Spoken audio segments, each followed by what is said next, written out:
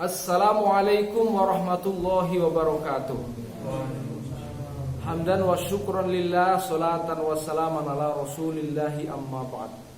Hadirin rahimani wa rahimakumullah. Perkara terpenting dalam hidup kita ini adalah iman kepada Allah dan Rasulnya. Selepas itu kebutuhan-kebutuhan yang lain, termasuk makan minum. Kita itu banyak tersedia makanan, minuman, oksigen cukup ya, tapi kalau tidak beriman kepada Allah dan Rasulnya, maka kelihatannya dia bisa hidup di dunia ya, tetapi dia akan sengsara yang selama-lamanya di akhirat.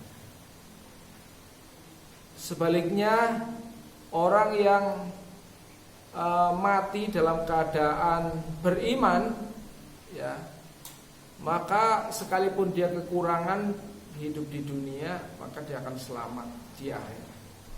Tapi yang kita kehendaki dua-duanya, yaitu di dunia kita juga hidup bahagia, sejahtera, lahir batin, gitu ya. Di akhirat kita juga dapat kejayaan, keselamatan. Maka doanya kemarin gimana? Rabbana atina fid dunya hasanah wa fil akhirati hasanah wa qina adzabannar. Kan gitu. Nah, topik kita pada hari ini adalah bagaimana iman kita kepada Allah dan Rasulnya itu sempurna ya, tidak cacat, tidak rusak sehingga tertolak. Nah, ini yang menjadi maksud daripada diturunkan Nabi. Ada yang tahu apa maksud diturunkannya Nabi dan Rasul? Rasulullah SAW bersabda, yaitu tidaklah aku diutus ya menjadi seorang Rasul kecuali untuk memperbaiki akhlak ya. Li utammima makarimal akhlak. Innama bu'ithu li utammima makarimal akhlak. Sesungguhnya saya Nabi ya, diutus ke muka bumi tiada lain adalah untuk memperbaiki akhlak. Nah, ini topik kita sekarang ya. Mengapa akhlak itu menjadi sangat penting? Karena Nabi sendiri ya bersabda, akmalul mu'minina imanahum. Gimana Mas Ading? Akmalul mu'minina imanan ahsanuhum khuluqan ya. Akmalul mu'minina imanan ahsanuhum khuluqan ya. Kesempurnaan iman seorang mukmin itu bagaimana? Yang paling baik akhlaknya. Jadi iman dan akhlak itu seperti dua sisi dalam mata uang. Iman itu urusan hati, akhlak itu adalah fisiknya yang tampak ya. Itu adalah dua sisi dalam satu mata uang yang tidak bisa dipisahkan, iman dan akhlak ya. Makanya pelajaran di sekolah biasanya iman dan akhlak itu jadi satu ya, iman akhlak ya. Bahkan Rasulullah SAW sendiri ya, dalam hadis Tirmidzi ya, beliau mengatakan, orang yang paling saya cintai dan posisinya di akhirat paling dekat denganku adalah orang yang paling baik akhlaknya. Itu Masya Allah ya. Dan sebaliknya, orang yang paling saya benci dan paling jauh kedudukannya denganku, kalau Rasulullah di surga ya, dia yang paling jauh pasti di neraka kan. Itu adalah orang-orang yang sombong, yang angkuh. Oke, kita bahas pagi ini ya. Mengapa Allah Subhanahu wa taala menurunkan seorang rasul yang bagus akhlaknya? Dikatakan dalam Al-Qur'an Nabi itu disanjung oleh Allah. Yang nyanjung itu bukan manusia. Yang nyanjung siapa? Allah. Di saat manusia mengatakan gila, gitu kan. Pada saat itu banyak orang yang kemudian memberi sebutan ya.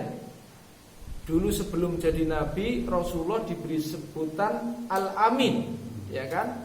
Tetapi setelah jadi nabi berdakwah, kemudian sebutannya berubah jadi Al-Majnun. Majnun itu artinya apa? Gila, gemblung gitu ya.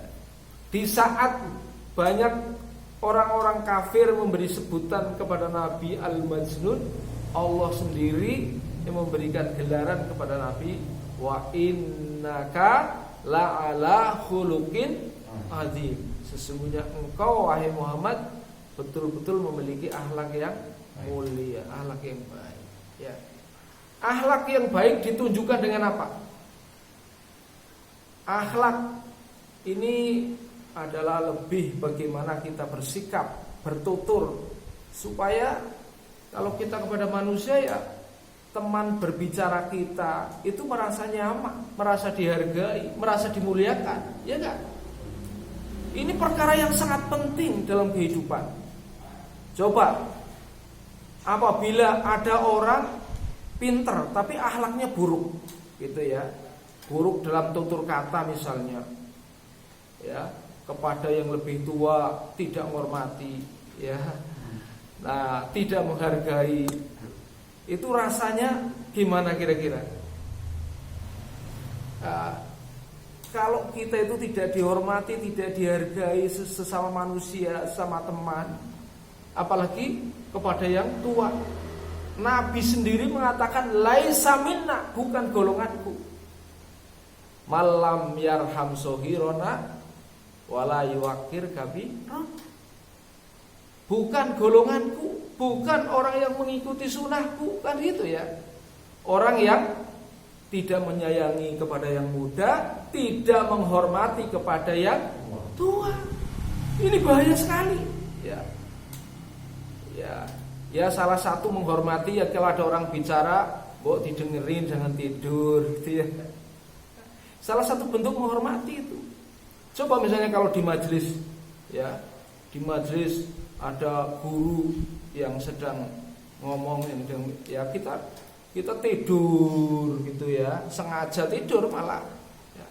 Kalau mau kita ngantuk sekali, ya bilang aja, Pak Guru, Ustadz, ya mohon maaf saya kantuk sekali, saya keluar ambil air dulu, wudu dulu misalnya. Atau terpaksa mengantuk sekali nggak bisa ditahan, ya bilang, ya saya ngantuk sekali, agak kurang sehat, maaf izin untuk tidur. Ya. Nggak apa-apa, terbuka komunikasi. Tapi betul-betul nanti dimanfaatkan untuk tidur, jangan di belakang main HP. Itu loh sebuah kebohongan, ya. Jadi kita perlu menjadi seorang yang punya akhlak yang baik, ya. Jangan suka berbohong. Kemudian juga kita rodo menghargai, ya, bukan rodo, ya menghargailah kepada orang yang lain. Lagi berbicara, ya di depannya cekok, membusungkan dada, namanya tidak menghormati. Laisa minna, ya. Malam yuwakir kabiron, ya, terhadap sesama, terhadap yang lebih besar, tidak menghargai, ya. Menghargai itu dari tutur kata dan dari sikap, ya. Tutur kata juga perlu dijaga. Kepada yang lebih tua, kamu gitu, ya. Kamu dari mana kamu? Ya. So ini tidak sopan ini, ya. Ya paling tidak kalau pakai bahasa panjenengan atau mas dari mana, jangan kamu. Oh, itu gak sopan ya, apalagi sama orang tua. Maka adab budi pekerti itu penting. Bagaimana berjalan melewati orang tua, ya, tundukan. Itu yang namanya menghargai, menghormati. Karena apa? Sekarang itu apa yang dilihat, dibaca itu medsos dan tidak bisa memilih medsos. Kalau yang dibaca adalah Pinocchio, maka dia menjadi orang yang tukang pembohong, pedusta. Ya. Karena apa? Bahan bahasannya Pinocchio, kan gitu. Kalau yang dibaca itu game-game permainan yang bajuk-bajuk gitu ya, maka dia juga tidak punya akhlak yang baik. Bagaimana menghormati sesama. Tidak dapat melihat, ya, tidak ada kepekaan. Saudara kita sedang butuh, ya tidak peduli, ya. Misalnya mungkin orang yang tawadu tidak memerlukan bantuan sesama, ya. Tetapi kita harus tahu diri. Ada teman saya yang butuh banget diantar ke terminal karena mau pulang, itu ya. Dia nggak berani ngomong sama temannya, ya. Tapi temannya tahu kalau dia akan ke terminal. Maka segera ditawarkan, mau ke terminal Mas? Ayo sama saya. Gitu ya. Itu orang yang ada kepekaan jiwa, ada kepekaan batin. Jangan malah sebaliknya, sudah terpaksa sekali minta diantar karena waktu dia terpaksa minta bantuan sama temannya, malah cuek temannya, karpu sana belaku. Misalnya gitu ya. Ini orang yang nggak sopan dan tidak tahu diri. Karena apa? Dia tidak merasa hidup bersama dalam komunitas yang saling menghargai. Kemudian kita perlu, kalau ada orang atau teman kita kemudian membawa sesuatu dibagikan, ya ucapkan, Masya Allah Mas, luar biasa. Ini dari mana? Masya Allah, Alhamdulillah, terima kasih Mas. Ucapkan kata-kata yang menghargai. Walaupun kemudian dimakan gak enak, gak usah dicela. Ya. Kita menghargai, ada teman kita sudah berniat memberi sesuatu. Ya. Jangan dilihat dari rasanya, tapi dari penghargaannya, dari perhatiannya. Ini menjadi penting sekali ya. Orang hidup dalam satu komunitas. Karena apabila kita hidup, bacaan kita itu adalah bacaan yang bukan Islami gitu ya, akhirnya mempengaruhi pikiran kita, menjadi karakter dalam diri kita, muncul sifat-sifat yang buruk dalam diri kita. Makanya yang dibaca Al-Quran, ya, kisah-kisah sahabat. Kalau di medsos pilih yang bagus-bagus. Pilih, kita bisa memilih mana yang bermanfaat, mana yang tidak bermanfaat. Jangan sampai kita diberi medsos malah akhirnya habis waktunya main game, habis waktunya main yang tidak berguna. Apakah mata kita itu siap nanti dimintai pertanggungjawaban di sisi Allah Subhanahu wa taala? Apakah kita dibiarkan? Hidup di dunia itu memang diberi kesempatan, tetapi kita itu akan dimintai pertanggungjawaban. Setiap organ tubuh kita ada tanggung jawabnya. Bahkan setiap persendian kita, ya, itu akan dimintai sedekah, gitu ya. Maka sampai sahabat itu tanya kepada Nabi, "Loh, siapa yang mampu menyedekahi setiap persendian ya Rasul?" Kok setiap persendian harus disedekahi gitu ya? Siapa yang mampu? Banyak banget persendian kan? Ya. Maka Rasulullah SAW sedekailah ya dengan sholat duha. Nah, jadi sholat duha itu sudah termasuk menyedekahi tiap-tiap persendian kita. Nah, kalau masih malas sholat duha, berapa utang sedekah kita itu ya kepada Allah, persendian kita. Tapi jangan-jangan nggak barokah tulang daging kita, kan gitu ya, nggak pernah disedekahi. Nah, itu hal-hal yang seperti itu. Apalagi ya ini akhlak ya terhadap manusia itu luar biasa ya. Ini saya tekankan pagi ini ya, supaya kita coba menghargai. Jangan sekali lagi terlihat lagi ya di majelis ya, yaitu ya, membuang muka, sengaja tidur, menyelonjorkan kaki di hadapan ustadz ya, itu adalah nggak tahu adab. Ya kita sekarang ini memang dengan adanya era medsos gitu ya, itu terbuka seluruh kemungkinan praktek-praktek budaya ya. Ada budaya bintang film, budaya orang kafir, budayanya orang fasik, budayanya orang munafik, budayanya orang macam-macam tak terbatas. Dulu pernah nggak saya jelaskan dari 2 titik hanya ada 1 garis lurus. Garis-garis yang lain tidak terbatas jumlahnya. Kan gitu. Ya, ngikuti siapa hidup kita? Kalau ngikuti Nabi Muhammad adanya 1 jalan, yaitu lurus, itu jalan menuju Allah dan Rasulnya, itu ada 1 jalan. Ya, yaitu jalan kebenaran, jalan Allah dan Rasulnya. Yang lain siapa yang akan kita ikuti? Mengikuti budaya barat sana, mengikuti budayanya iblis yang gak punya akhlak, ya kan? Jadi coba kita berbicara, kita bersikap, maka kita tunjukkan ya sikap yang baik. Jangan juga suka pembohong. Ya misalnya sudah dibagi jadwal, ya siap saya ronda, siap saya ini, ya Bismillah, tanggung jawab nanti. Kalau saya ketiduran tolong dibangunkan ya, saya ronda misalnya. Itu tanggung jawab namanya. Ada orang diberi tugas adzan, sudah siap adzan, tapi sudah waktunya ke sana malah main HP. Itu namanya tidak tanggung jawab.